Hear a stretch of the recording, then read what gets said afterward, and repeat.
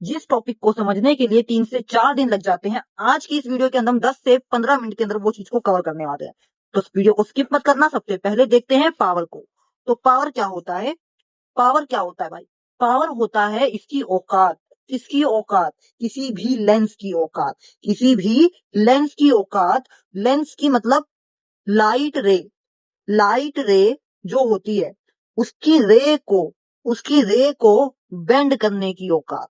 ठीक है, उसकी रे को या तो कन्वर्ज करने या डाइवर्ज करने, उसकी औकात को ही हम क्या कहते हैं? पावर कहते हैं। लेंस की औकात लाइट रे को बेंड करने, या तो कन्वर्ज या तो कन्वर्ज या तो डाइवर्ज, उसी को हम क्या कहते हैं? पावर कहते हैं। That's clear? कोई दुविधा समस्या? समझ में आ गया सर? पावर का फॉर्मूला तो हमने सुना था 1/फोकल लेंथ। यस भाई, यही होता है। और सर हमने ये भी सुना था, या हमें नहीं पता है तो अब पता लग रहा है सर क्या, कि जो पावर की एसआई यूनिट होती है वो सर डायोप्टर होती है। ठीक है, डायोप्टर। डायोप्टर। और सर एक चीज और हमें इसमें बतानी है क्या, कि फोकल लेंथ हमेशा मीटर के अंदर होती है। क्या होती है? फोकल लेंथ हमेशा मीटर। सर इसकी डेफिनेशन तो बताओ। अरे सुनो, क्या? रेसिप्रोकल। रेसिप्रोकल किसका? किसका रेसिप्रोकल? फोकल लेंथ का। किसका? फोकल लेंथ का। तो क्या लिखेंगे? Reciprocal of focal length is called power. Is called power. मैं इस लेक्चर को 2 से 3 बार रिकॉर्ड कर चुका हूँ और दोनों बार क्रैश हो गया, तो तीसरी बार रिकॉर्ड कर रहा हूँ भाई, धमाकेदार तरीके से दोबारा पढ़ा रहा हूँ। बस सपोर्ट कर लेना, आपका एक लाइक ही मुझे आगे तक ले जा सकता है। ठीक है, अब देखो मेरे भाई बहन, प्यारे प्यारे भाई बहनों, कि वन डायोप्टर क्या होता है। वन डायोप्टर क्या होता है? तो वन डायोप्टर जो होता है, power of lens whose focal length is 1 metre. वो लेंस की वो पावर, सुनो, लेंस की लेंस की वो पावर लेंस की वो पावर जिसका फोकल लेंथ क्या हो? 1 मीटर हो। जिसका फोकल लेंथ 1 मीटर हो, उसी को हम वन डायोप्टर कहते हैं। जैसे कि 1 dioptre is equal to 1/1 metre. 1/1 metre. ठीक है, इसको क्या लिखेंगे? एबिलिटी। पावर क्या होती है? इट इज द एबिलिटी किस चीज की ability? It is the ability किस चीज की ability? To converge. Ability of lens किसकी? किसकी एबिलिटी? लेंस की। क्या? कन्वर्ज करने की। क्या करने की? कन्वर्ज। और सर डाइवर्ज करने की। किसको? लाइट रेस को। किसको? लाइट रेस को। That's clear? कोई दुविधा समस्या? एबिलिटी किसकी? लेंस की। क्या? कन्वर्ज करने की और डाइवर्ज करने की। किसको? लाइट रेस को। इसी को इसकी क्या कहते हैं? पावर कहते हैं। इसी को इसकी क्या कहते हैं? पावर कहते हैं। कोई दुविधा समस्या हो तो बता दो। कोई भी दुविधा समस्या हो तो बता दो मेरे भाई बहन। आओ सबसे पहले हम अपना लास्ट टॉपिक देख लेते हैं, यूजेस पर। किसके? मिरर और लेंस। मिरर और लेंस। मिरर में कनकेव मिरर आ गया और कन्वेक्स मिरर आ गया, और लेंस के अंदर भी सेम होता है। ठीक है, तो आप फटाफट देख लेते हैं अपना यूजेस। सबसे पहले मेरी भाई बहन देखो, आओ फटाफट देखिए मेरे भाई, सबसे पहले देखते हैं कन्वेक्स मिरर। तो जो कन्वेक्स मिरर है, मैंने आपको बताया था कन्वेक्स मिरर कुछ इस तरीके का दिखता है, और जिसकी आउटर सरफेस होती है वो कैसी होती है? आउटवर्ड। जो रिफ्लेक्टिंग सरफेस है, वो आउटवर्ड होती है। ठीक है, आउटवर्ड होती है। दूसरा पॉइंट मैंने आपको क्या बताया था, कि जो ये इमेज होती है, इस लेंस पे कोई ऑब्जेक्ट आएगा और जो इमेज होगी वो हमेशा कैसी बनेगी? पीछे बनेगी। इमेज कहाँ बनेगी? पीछे बनेगी। इस तरीके से ये डाइवर्ज कर जाएगा ना, लेंस क्या करेगा? डाइवर्ज करेगा। रे ऑफ लाइट को देखो, ये जो होता है ये क्या करता है? डाइवर्ज करता है। लाइट को क्या करता है? डाइवर्ज करता है। डाइवर्ज करेगा तो इसकी शैडो बन के पीछे ही तो इमेज बनेगी ना, तो इसको यहाँ पे इमेज कैसी बनती है? वर्चुअल बनती है। लेंस, ये मिरर क्या होता है क्या नहीं, ये समझ में आ गया होगा। इसका बिल्कुल अपोजिट होता है अपना कनकेव मिरर। इसका बिल्कुल अपोजिट होता है अपना कनकेव मिरर। ये कुछ इस तरीके का दिखता है। इसका रिफ्लेक्टिंग सरफेस कैसा होता है? इनवर्ड होता है। ये क्या करता है? कन्वर्ज करता है। ठीक है, क्या करता है? कन्वर्ज करता है। और जो इमेज होती है वो कैसी बनती है? रियल बनती है। बस एक केस को छोड़कर, जो पोल और फोकस के बीच में जो ऑब्जेक्ट रखा जाता है, उसकी जो इमेज होती है वो वर्चुअल होती है। ठीक है ना, समझ आ गया होगा आई होप। लेंस पे पढ़ते हैं। लेंस की तरफ अगर आप देखें, अगर कन्वेक्स लेंस को देखते हैं, तो जो कन्वेक्स लेंस होता है, वैक्स वैक्स मतलब थोड़ा थिकनेस आ रही है ना, तो जो सेंटर वाला पार्ट होता है कन्वेक्स लेंस का, जो सेंटर वाला पार्ट होता है वो कैसा होता है, थिक होता है। वो कैसा होता है, थिक होता है। और जो इसके किनारे होते हैं, अगर आप कभी भी लेंस को पकड़ोगे तो जो उसके किनारे होते हैं वो हमेशा कैसे होंगे, थिन होंगे। वो हमेशा कैसे होंगे, थिन होंगे। इतनी बात क्लियर। कन्वेक्स लेंस इसका कन्वेक्स मिरर का बिल्कुल अपोजिट होता है। ये क्या करता है, कन्वर्ज करता है। ये क्या करता है, कन्वर्ज करता है। ठीक है, ये इमेज कैसी बनाता है, रियल इमेज बनाता है, बिल्कुल अपोजिट रियल बनाता है। और उल्टी इमेज बनाता है, inverted, inverted. That's clear. Yes भैया क्लियर, समझ में आ रहा है। ठीक है, इसको हम मैग्नीफाइंग लेंस की तरीके भी यूज करते हैं। किसकी तरीके, मैग्नीफाइंग लेंस की तरीके भी यूज करते हैं। अब अगर मैं कनकेव लेंस की बात करता हूं तो बिल्कुल अपोजिट है भाई। कन्वेक्स कनकेव मिरर का बिल्कुल अपोजिट है। क्या कि ये जो लेंस को जब मैं सेंटर से देखूंगा तो ये क्या होगा, थिन होगा। ठीक है, थिन होगा। जब मैं इसको इसके एड्ज से देखूंगा, किनारों से देखूंगा तो कैसा होगा, थिक होगा।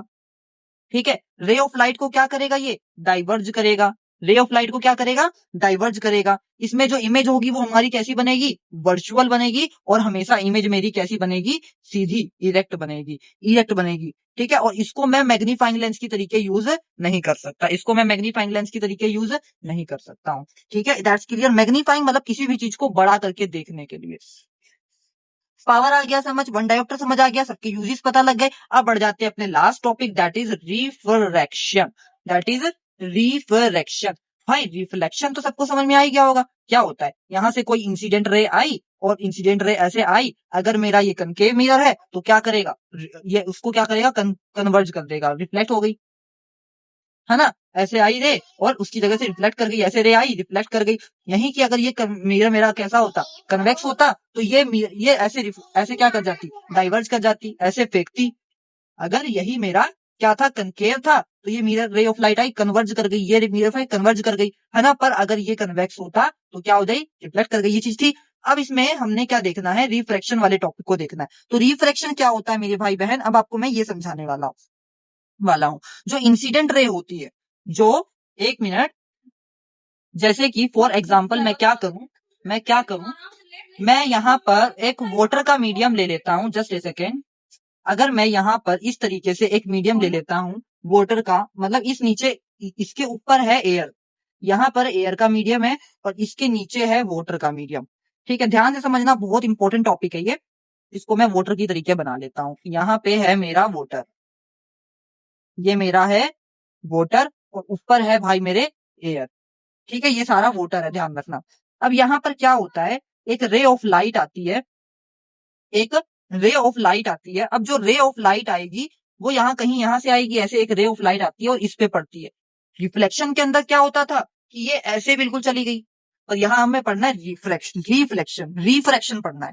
ठीक है, तो जब हमें ये रे ऑफ लाइट आई, तो इस रे ऑफ लाइट को मैं क्या कहता हूँ मेरे भाई बहन, इस रे ऑफ लाइट को मैं कहता हूँ इंसिडेंट रे। क्या कहता हूँ, कौन सी रे, इंसिडेंट रे। कौन सी रे हो गई, इंसिडेंट रे। इसको मैं आई से रिप्रेजेंट कर देता हूँ, ये मेरी इंसिडेंट रे है। ठीक है, अब जो इंसिडेंट रे होती है, इसको मैं थोड़ा सा छोटा लिख देता हूँ, नहीं तो भसेड़ हो जाएगी बहुत। यहाँ पे कर लेता हूँ, तो ये मेरी क्या हो गई, इंसिडेंट रे। अब यहाँ पर मेरे भाई बहन प्यारे प्यारे, जब इंसिडेंट रे आती है तो आप सबको पता है, इसके यहाँ पे बिल्कुल 90 डिग्री पर एक एंगल होता है जिसको अपन बोलते हैं नॉर्मल। जिसको अपन क्या बोलते हैं, नॉर्मल बोलते हैं। जिसको अपन क्या बोलते हैं, नॉर्मल। रिफ्लेक्शन के केस के अंदर क्या होता था कि जो ये रे थी ये बिल्कुल ऐसी चली जाती थी और एंगल आई और एंगल आर इक्वल हो जाता था, है ना। ये था रिफ्लेक्शन के केस के में। और रिफ्रैक्शन के केस के अंदर क्या होता है कि जो रे ऑफ लाइट है तो अंदर जा रही है ना, ये कहाँ जा रही है, ये रे ऑफ लाइट अंदर जा रही है। अगर रिफ्लेक्शन का केस इसी मीडियम के अंदर होता, वाटर मीडियम के अंदर मैं डालता, तो ये इंसिडेंट रे जाती और बिल्कुल ऐसे ही जाती।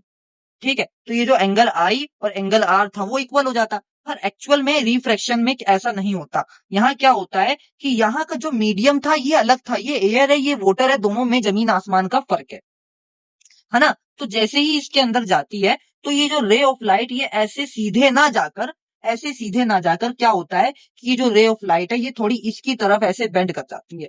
इसकी तरफ ऐसे क्या कर जाती है मेरे भाई बहन, बेंड कर जाती है। तो यहाँ पर जो एंगल आई बनता है, इसको पेन की, इसको थोड़ा छोटा कर लूं, हो जाएगा क्या छोटा, हो गया।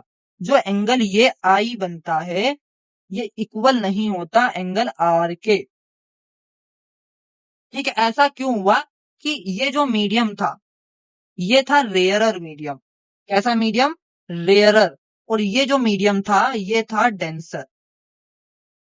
मतलब कि यहां पर क्या हुआ, यहां पर जो लाइट की स्पीड थी वो कम हो गई। चेंज ये क्यों होता है? Change due to speed of light. जब हमारा कोई भी जो रे है वो किसी दूसरे मीडियम के अंदर जाती है तो जो उसकी स्पीड ऑफ लाइट है एज कंपेयर टू पहले वाले मीडियम के इक्वल नहीं रहती। इसलिए तो अगर मैं इसको एक्सप्लेनेशन में लिखूंगा तो मैं क्या लिखूंगा, ये होते हैं दो लॉ ऑफ रिफ्रैक्शन होते हैं। तो इसमें मैं पहली लाइन क्या लिखूंगा, इंसिडेंट रे रिफ्रैक्टेड रे। तो मेरे भाई ये वाली जो रे हो गई इसको मैं क्या बोलूंगा, रिफ्रैक्टेड रे। रिफ्रैक्टेड रे बोलूंगा ना। और वो वाली थी इंसिडेंट रे। तो अब ध्यान से समझना, इसमें मैं लिखूंगा क्या क्या लिखूंगा, इंसिडेंट रे। आप लिख लेना, मैं शॉर्ट फॉर्म में लिख रहा हूं, इंसिडेंट रे, रिफ्रैक्टेड रे एंड नॉर्मल क्या करते हैं, to the surface of separation of two transparent media. क्या करते हैं, वो सरफेस पे हैं। किस सरफेस पे हैं? उस सरफेस पे हैं जहां सेपरेशन ऑफ टू मीडिया, जहां पर सेपरेशन हो रहा है दो मीडिया का। सेपरेशन हो रहा है, किसका सेपरेशन हो रहा है? दो अलग अलग मीडिया है, एक है एयर और एक है वाटर, है ना। At the point of incidence, किस पॉइंट पे? At point incidence. अब सर ये इंसिडेंस पॉइंट कौन सा आ गया? अरे मेरे भाई जिस जिस पॉइंट पर, ये वाला पॉइंट हो गया इंसिडेंस, जिस पॉइंट पर वो टकराया है ना, उस पॉइंट पे at the time of incident क्या हुआ है, incident ray, reflected ray and the normal, वो कहां पर है? सरफेस पे सेपरेट हो जा रहे हैं, सेपरेशन हो रही है दो मीडिया की at the point of incident, all lie in the same plane.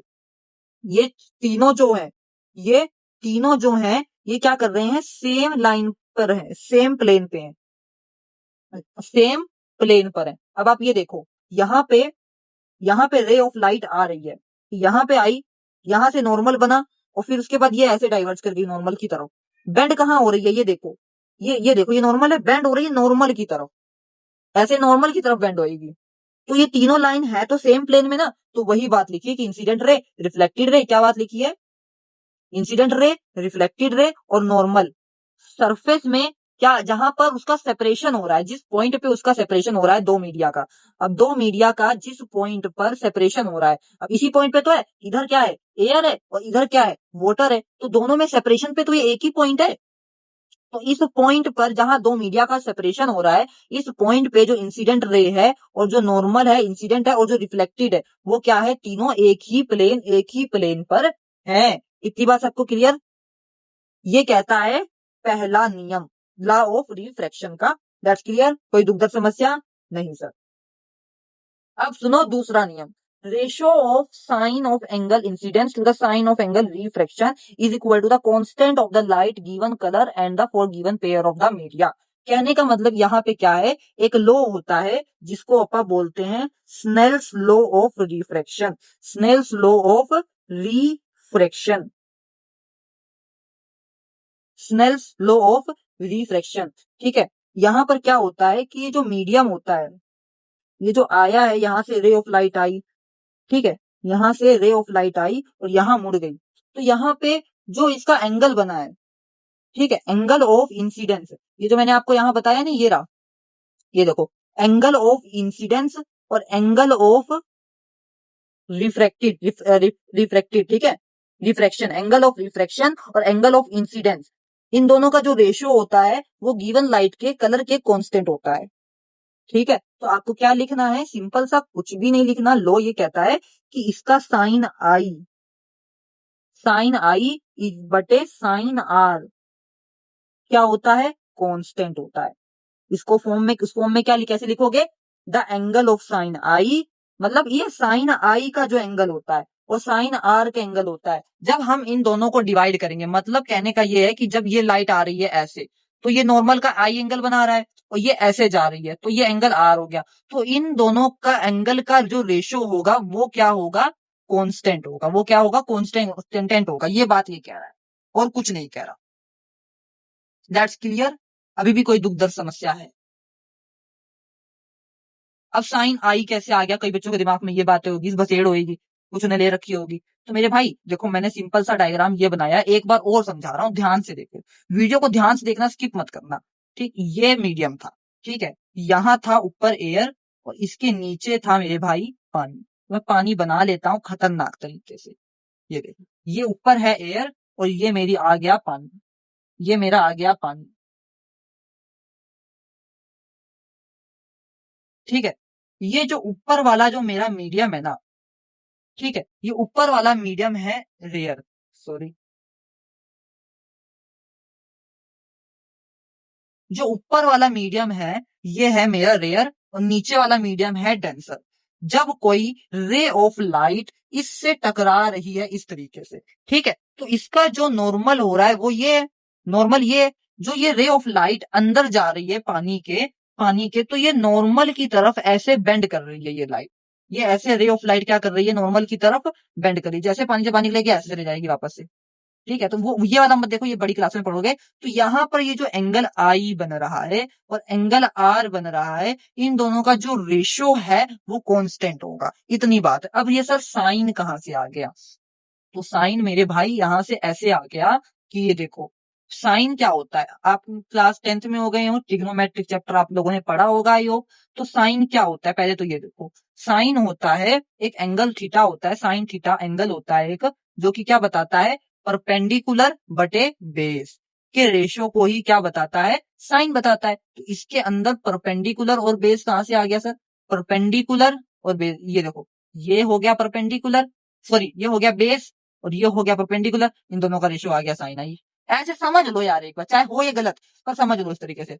ऐसे ये एंगल हो गया, ये बेस और ये हो गया परपेंडिकुलर। अब कोस क्या होता है सर, कोस होता है, अब मैंने इसको ऐसे याद कर रखा था, शायद आपने याद कर रखा हो क्या, पंजाब हरियाणा, पंजाब हरियाणा हरा और पता नहीं पाकिस्तान भूखा, ऐसे कुछ करके याद था।